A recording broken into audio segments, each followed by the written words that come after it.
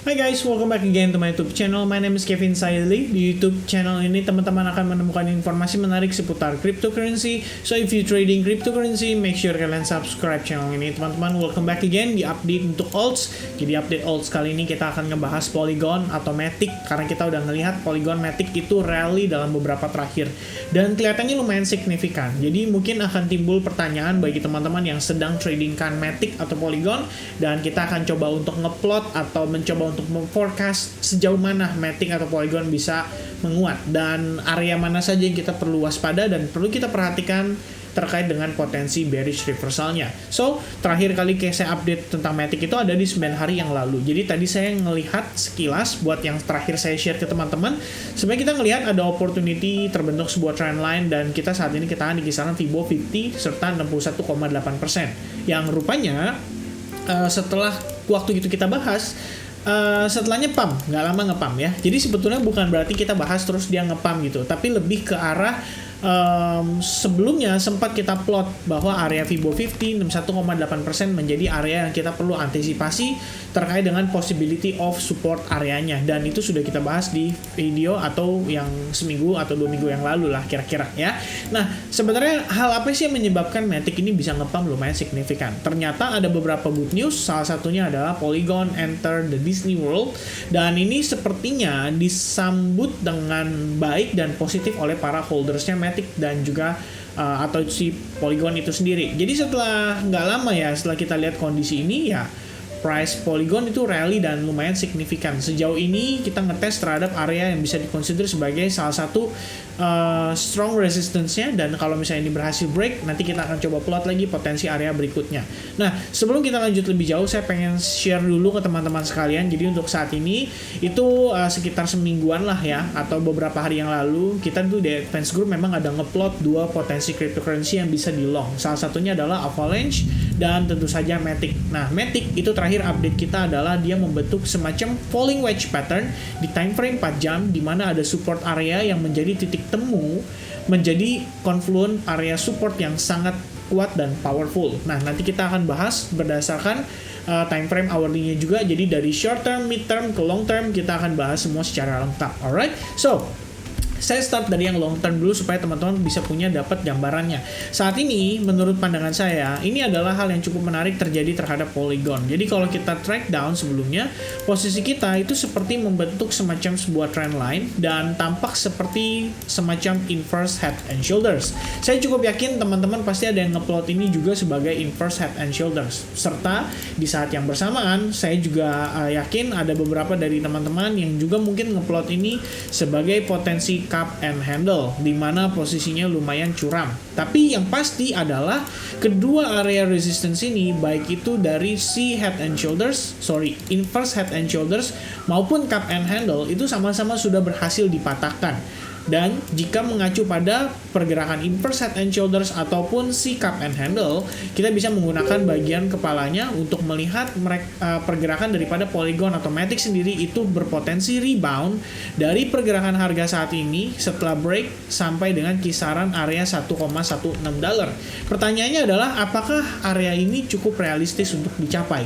Well, kalau kita lihat guys, sebelumnya di sini terdapat semacam small small speed bump sebelum dia melanjutkan penurunannya. Jadi hanya ada semacam minor resistance saja, sementara yang cukup major itu ada di kisaran area ini. Jadi ini bisa dianggap sebagai area resistance yang major, dan untuk di area kisaran pergerakan di sini itu bisa dipertimbangkan sebagai area bearish order block yang diyakini memiliki power lumayan signifikan atas pergerakan terakhirnya ya. Jadi kalau kita lihat dia sempat turun and then a little bit pull back and then boom, signifikan turun ya. Jadi dari sini ini memiliki semacam impact terhadap market, dan kebetulan di area yang sama itu juga merupakan target daripada si antara inverse head and shoulders atau si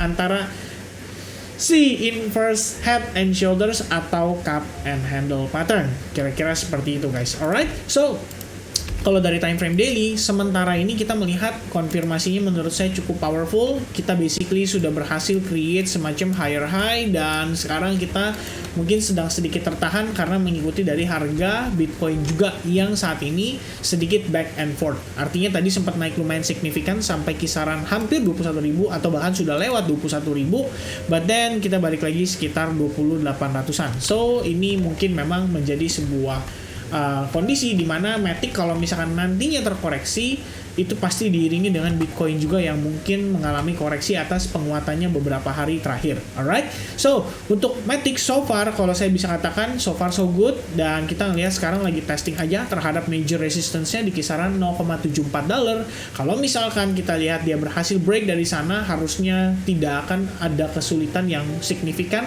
untuk Matic bisa kembali terrebound. Alright, so di sini kita akan coba untuk ngeplot di time frame yang lebih kecil, which is itu di time frame 4 jam. Nah, terakhir kita di Advanced Group itu discuss tentang kondisi terbentuknya si falling wedge pattern ini, dan dimana pada area yang sama itu kita plot juga area support, sehingga di sini kita bisa mengetahui ada terdapat area support yang sangat powerful, dimana sebelumnya merupakan resistance yang akhirnya di flip menjadi area support, dan di area ini kita mendapatkan reaksi lumayan signifikan.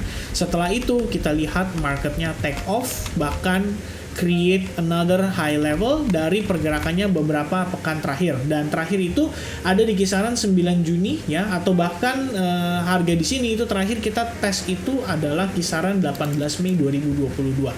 Jadi posisi kita saat ini itu sedang ngetes terhadap area resistance, the only resistance yang terlihat untuk saat ini, dan itu di kisaran $0.74. Let's say Matic dari sini terreject, sejauh mana kira-kira dia akan terreject? So far kita lihat area yang memiliki power dan peluang bisa dia terreject adalah di kisaran area ini, which is itu di kisaran $0.611, dan ini akan saya berikan garis tambahan sehingga teman-teman bisa punya gambaran, dan area tersebut ada di kisaran $0.611. Jadi antara 0.61 sampai $0.655 itu akan menjadi area target yang mungkin akan dicapai oleh si Matic jikalau Matic melanjutkan koreksi yang saat ini sedang berjalan. Dalam artian memang kita perlu lihat adanya koreksi sebelum dia meneruskan kembali penguatan yang lebih signifikan. Karena kalau misalkan kita langsung naik seperti ini, menurut saya agak riskan. Nanti pada saat Matic-nya turunnya dia juga nggak kira-kira. Jadi saya lebih prefer seperti posisi yang sebelumnya. Ketika dia naik and then membentuk semacam falling wedge, gitu pun sama ya. Bisa jadi bentuknya juga semacam falling wedge lagi, atau mungkin bull flag pattern dan lain sebagainya.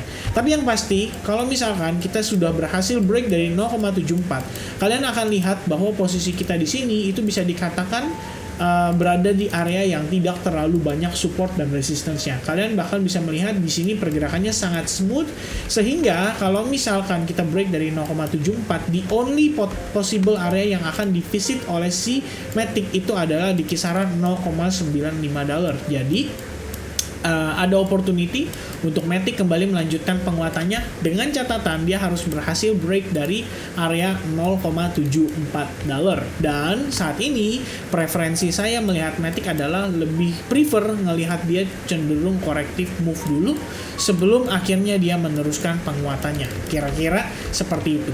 Dan untuk saat ini tentu saja kita teman-teman Advanced Group itu sedang ongoing, ada long position juga, nggak semua, karena di sini saya bukan memberikan sebuah signal sehingga semua langsung masuk berbarengan, tapi lebih ke bagaimana kita mencoba untuk memanfaatkan kondisi marketnya. Jadi keputusan itu masih kembali di tangan masing-masing, dan tentu saja saya lebih prefer seperti itu karena teman-teman jadi bisa belajar, nggak cuman fokus di capital gain-nya aja, tapi kita juga fokus dalam personal development serta skill trading kita masing-masing. Alright, so itu aja mungkin untuk update seputar Matic. Sementara ini kita ngelihat sentimennya cukup positif. Apakah Matic masih bisa meneruskan penguatannya?